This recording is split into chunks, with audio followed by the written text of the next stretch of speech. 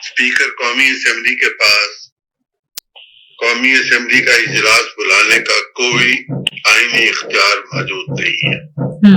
اگر اسپیکر کوئی اجلاس بلا رہے ہیں یا ان کے بہاف پہ کوئی اجلاس بلا رہا ہے وہ غیر آئینی اور غیر قانونی اجلاس ہوگا. اچھا. اسپیکر اس وقت قومی اسمبلی کا اجلاس بلا سکتے ہیں جب قومی اسمبلی کے ارکان کی ایک تعداد مخصوص تعداد ریکوزٹ کرے اجلاس کو تو اسپیکر 7 سے 14 دن کے اندر اجلاس بلانے کے پابند ہے.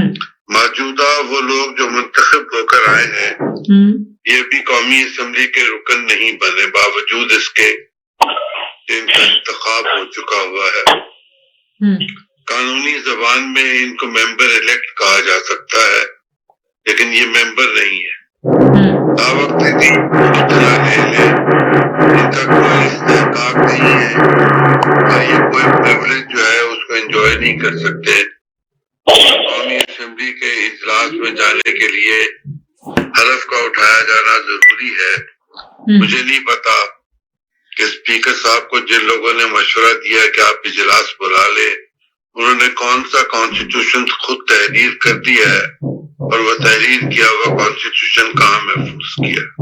لیکن عظیم چودھری صاحب وہ تو یہ بھی کہتے ہیں کہ آئین کے آرٹیکل 91 میں یہ کہیں نہیں لکھا کہ ایوان نامکمل ہو تو اجلاس نہیں بلایا جا سکتا ہے. تو صدر مملکت کا یہ کہنا کہ چونکہ ایوان نامکمل ہے میں اجلاس نہیں بلا سکتا یہ درست تصور ہوگا؟ یہ قانون میں اور آئین میں لکھا ہوا ہے کہ صدر مملکت وزیر اعظم کے مشورے اور کابینہ کے مشورے کا پابند ہوگا. لیکن اگر کابینہ وزیر اعظم کو کوئی سمری اٹسال کرے اور صدر کا اس پر اعتراض ہو تو صدر اعتراض لگا کر واپس بھیج سکتے ہیں اور پھر ان کے پاس 10 روز کے لیے ایک مہلت موجود ہوتی ہے کہ جس میں چیزوں کو ٹھیک یا خراب کر لیا جائے. صدر نے اعتراض لگا کر بھیجا اگر یہ 10 روز میں اس کی ایکشن کر لیں جو کہ الیکشن کمیشن آف پاکستان نے کرنی ہے اور اس بات کا امکان ہے کہ آج رات کے کسی وقت تک فیصلہ آ جائے اس کے بارے میں کوئی فیصلہ سنا دیں گے. اگر وہ فیصلہ سنائیں گے تو امید کی جا سکتی ہے کہ صدر رات کو 11:49 پر بھی اگر اجلاس بلائیں تو وہ اپنے آئینی اختیارات کو استعمال کریں گے. ادروائز یہ کسی کے پاس اختیار نہیں ہے اجلاس بلانے کا. ٹھیک ہے، پوائنٹ ٹیکن. اچھا حبیب اللہ جان صاحب جس طرح سے ابھی عظیم چودھری صاحب نے بھی بات کی لیکن کل تو اجلاس بلایا جا رہا ہے اور جو نو منتخب ارکان ہیں وہ حلف بھی اٹھا رہے ہیں. آج نواز شریف صاحب نے بھی میڈیا ٹاک کرتے ہوئے یہ بات کہی ہے. آپ کو بھی لگتا ہے کہ اجلاس غیر آئینی اور غیر قانونی نہیں ہوتا؟ طاقت جو محسوس کرتی ہے نا وہ سب آئینی ہوتا ہے. عظیم چودھری صاحب کی ساری عمر گزر گئی، انہیں نہیں پتا کہ اس ملک میں کب آئین کی پاسداری کی گئی ہے. ہمیشہ طاقت نے اپنی من مانی کی ہے اور اب بھی وہ طاقت اپنی من مانی کر رہی ہے. دیکھیں اگر پریزیڈنٹ صاحب اجلاس نہ بلائیں تو وہ آئین کی خلاف ورزی اور ان پہ آرٹیکل 6 لگانے کی بات کی جاتی ہے. لیکن اگر آپ 3 ماہ کے اندر الیکشن نہ کروائیں اور سوا سال اسمبلیاں چلا لیں غیر آئینی طور پر تو وہ درست ہے. اور نامکمل ایوان میں جو ہے وہ آپ الیکٹ ہو جائیں تو آپ جو ہے وہ آئینی ہے اور پریزیڈنٹ نہ بلوائے تو وہ غیر آئینی ہے. آپ ایک سیاسی جماعت کو جو ہے وہ نکرے لگا لیں اور ان کے تمام اختیارات طلب کر لیں اور ان کو ان کا پاکستان میں رہنا دوبارہ ہو جائے تو وہ جو ہے وہ آئینی ہے. اور باقی ساری چیزیں جو ہے وہ آپ طاقت کے بل بوتے پر لوگوں کی وفاداریاں خرید لیں. آپ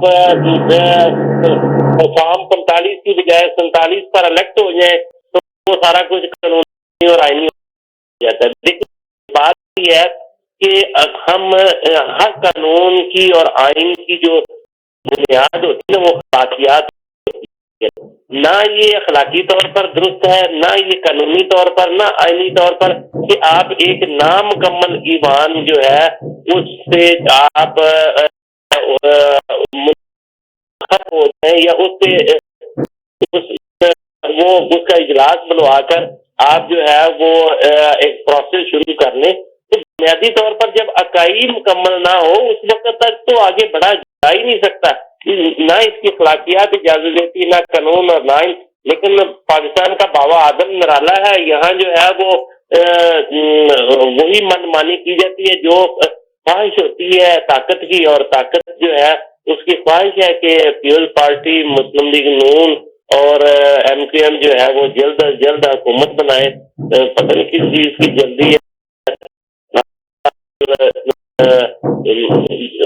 ہمیں یہ سارا کچھ جو ہے کمپرومائز کرنا پڑے گا. ٹھیک ہے. اچھا عظیم چودھری صاحب، ابھی جس طرح سے آپ نے بات کی الیکشن کمیشن کسی بھی وقت فیصلہ سنا سکتی ہے، آج فیصلہ محفوظ ہو گیا، لیکن آج الیکشن کمیشن مخصوص نشستوں کے حوالے سے تو سنی اتحاد کونسل کا ایک خط سامنے لے آئی ہے، جس میں وہ الیکشن کمیشن کہہ رہا ہے کہ انہوں نے خود کہا کہ نام الیکشن ہمیں مخصوص نشستوں کی ضرورت ہے، بلکہ چیف الیکشن کمشنر کہہ رہے تھے کہ جب سنی اتحاد کونسل کو مخصوص نشستیں چاہیے ہی نہیں تو پھر آپ کیوں ان کو مجبور کر رہے ہیں.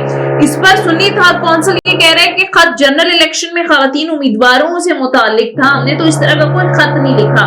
تو آپ کو لگتا ہے کہ خط کو سامنے رکھتے ہوئے بھی یہ فیصلے پر اثر انداز ہو سکتا ہے؟ میرے معزز دوست جو بھی بات کر رہے تھے مجھے بیچ میں گھسیٹنے کی کوشش کر رہے تھے، میں ان سے یہ گزارش کرتا چلوں کہ آئین کی دفعہ 254 بھی آئین میں موجود ہے، اس کا مطالعہ فرما لیں اور دیکھیں کہ آئین کی دفعہ 224 254 کیا رنگ دکھائے گی. کی بات رہ گئی کہ سنی اتحاد کے 5% کوٹے پر خواتین کے انتخاب نہ لڑنے کی بنیاد پر کیا ہوگا. یہ فیصلہ تو اور گھنٹے 2 گھنٹے 4 گھنٹے تک آ جائے گا. میں طے کے لیے کرتا رہوں اور اپنے آپ کو توہین عدالت کی طرف لے جاؤں کہ میں نے عدالت کو سجیسٹ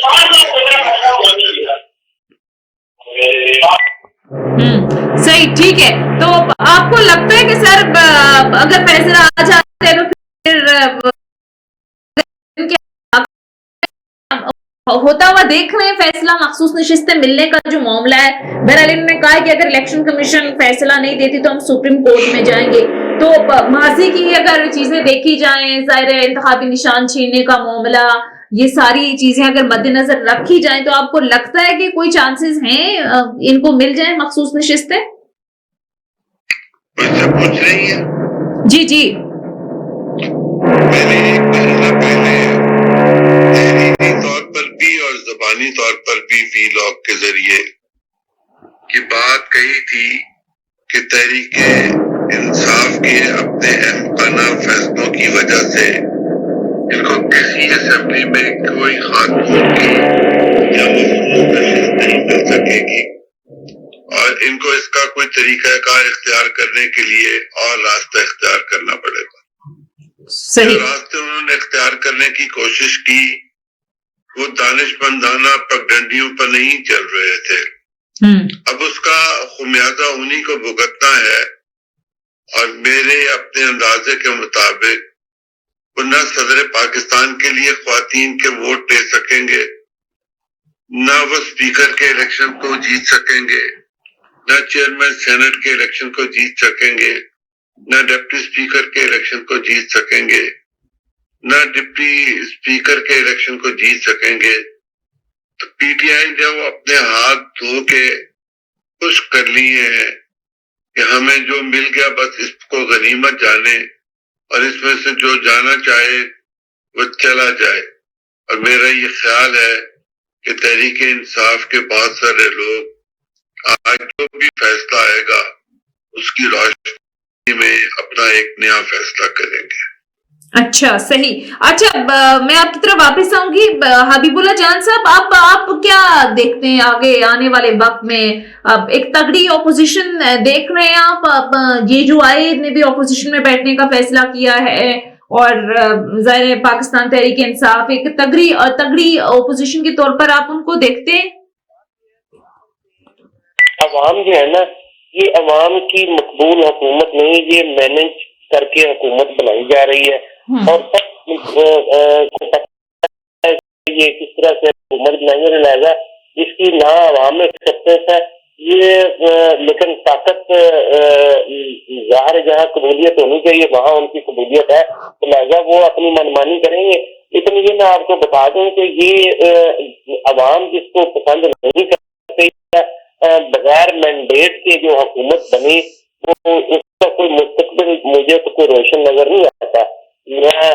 اصل میں میرا خیال ہے کہ اس جو اپوزیشن کو بتایا جا رہا ہے اس کا ایک ہی مقصد سمجھ میں آتا ہے کہ وہ چاہ رہے ہیں کہ کسی نہ کسی طریقے سے اپوزیشن جو ہے وہ اسمبلیوں کا بائیکاٹ کر دے اور ان کو اتنا دبایا جائے ہر حوالے سے، تو یہ خود ہی جو ہے وہ اسمبلی کا بائیکاٹ کر کے کہتے ہیں کہ ہم اسمبلی میں بیٹھنا نہیں چاہتے. ان کا مقصد یہ ہے. لیکن جس طریقے سے جو ہے وہ الیکشن میں بائیکاٹ نہیں کیا، حالانکہ اس وقت بھی جو اقدامات کیے گئے ہیں الیکشن سے پہلے وہ سب جو ہے ان کا مقصد ایک ہی تھا کہ کسی نہ کسی طریقے سے پی ٹی آئی کو اتنا تنگ کیا جائے کہ یہ بائیکاٹ کر دے. لیکن انہوں نے آخری دم تک جو ہے نشان کھونے کے باوجود آزاد حیثیت سے جیسے بھی تھا وہ انہوں نے الیکشن لڑا اور کامیابی بھی حاصل کی. اب دیکھنا یہ ہے کہ اگر تو طاقت کے ذریعے دبا کر معاملات کو چلانا ہے تو اس کے سائڈ افیکٹس ہوں گے، لیکن اگر حکمت کے ساتھ اور پولیٹیکلی ان کو ڈیل کیا جائے تو میرا خیال ہے کہ پھر یہ حکومت رہے گی اور شاید معاملات بھی آگے بڑھ سکے. اب یہ جو ہے گیند اسٹیبلشمنٹ کے کورٹ میں ہے اور اس اتحاد کے کورٹ میں ہے کہ جن کی حکومت بننے جا رہی ہے کہ انہوں نے طاقت کے ذریعے ڈیل کرنا ہے یا انہوں نے سیاست اور حکمت کے ذریعے ڈیل کرنا ہے. ٹھیک ہے. اچھا اسیم چودھری صاحب، اب ظاہر مریم نواز بھی وزیر اعلیٰ پنجاب نامزد ہو گئی ہیں، کافی حد تک کلیرٹی آ گئی ہے. وفاق کے اندر بھی حکومت سازی کا مجوزہ جو شیڈیول ہے وہ تیار کر لیا گیا ہے نون لیگ اور پیپلز پارٹی کی طرف سے. اب سر آپ کو کیا لگتا ہے یہ گورنمنٹ ایک مستحکم گورنمنٹ ہوگی؟ آج نواز شریف صاحب نے بات کی، انہوں نے کہا خواہش ہر اسمبلی، ہر سینٹ، ہر وزیر اعظم مدت پوری کرے. ساتھ میں وہ کہہ رہے تھے کہ سیاسی استحکام بھی آئے گا، معیشت بھی ٹھیک ہوگی. کس طرح کے چیلنجز ان کو سامنا کرنا پڑے گا پنجاب میں اور پھر وفاق کے اندر مسلم لیگ نون کی اگر بالخصوص بات کریں؟ دنیا کی معذب قوموں میں اگر ایک ووٹ کی اہمیت ہو اور ایک ووٹ کی اکثریت ہو تو حکومتیں 4 سال 5 سال اطمینان کے ساتھ چلتی ہیں، کوئی فلور کراسنگ نہیں کرتا. ہمارے ہاں معاملات چونکہ اخلاقی طور پر اور سیاسی طور پر پختگی کی طرف نہیں گئے اور ہم غیر سیاسی سوچ کے حوالے سے اپنے مقاصد کے حصول کے لیے شارٹ کٹس ڈھونڈنے کی کوشش کرتے ہیں. ایسے میں اس بات کا امکان تو موجود ہوتا ہے کہ مخلوط پارٹیوں، مخلوط حکومت کے فریق یا مخلوط حکومت کے حریف ایک دوسرے کے ساتھ کسی وقت کوئی اور معاملہ طے کر لیں تو حکومت گر بھی جائے اور نئی حکومت بن بھی جائے. لیکن میں یہ توقع کرتا ہوں کہ پاکستان میں ڈیموکریسی کو کنٹینیو کرنے کے لیے ٹھیک کہہ رہے ہیں نواز شریف صاحب کہ پاکستان کی پارلیمنٹس کو چلنا چاہیے اور حکومتوں کو چلنا چاہیے. چیلنج کتنا بڑا ہوگا عظیم چودھری صاحب ان کے لیے وفاق کے اندر؟ چیلنج ویلنج نہیں ہوگا، کہاں سے آئے گا؟ ٹھیک ہے. نہیں، معاشی حوالے سے جو اس وقت صورتحال ہے، عوام کو ریلیف دینے کے معاملات ہیں، مختلف ہے، اس پر آپ الگ پروگرام کیجیے.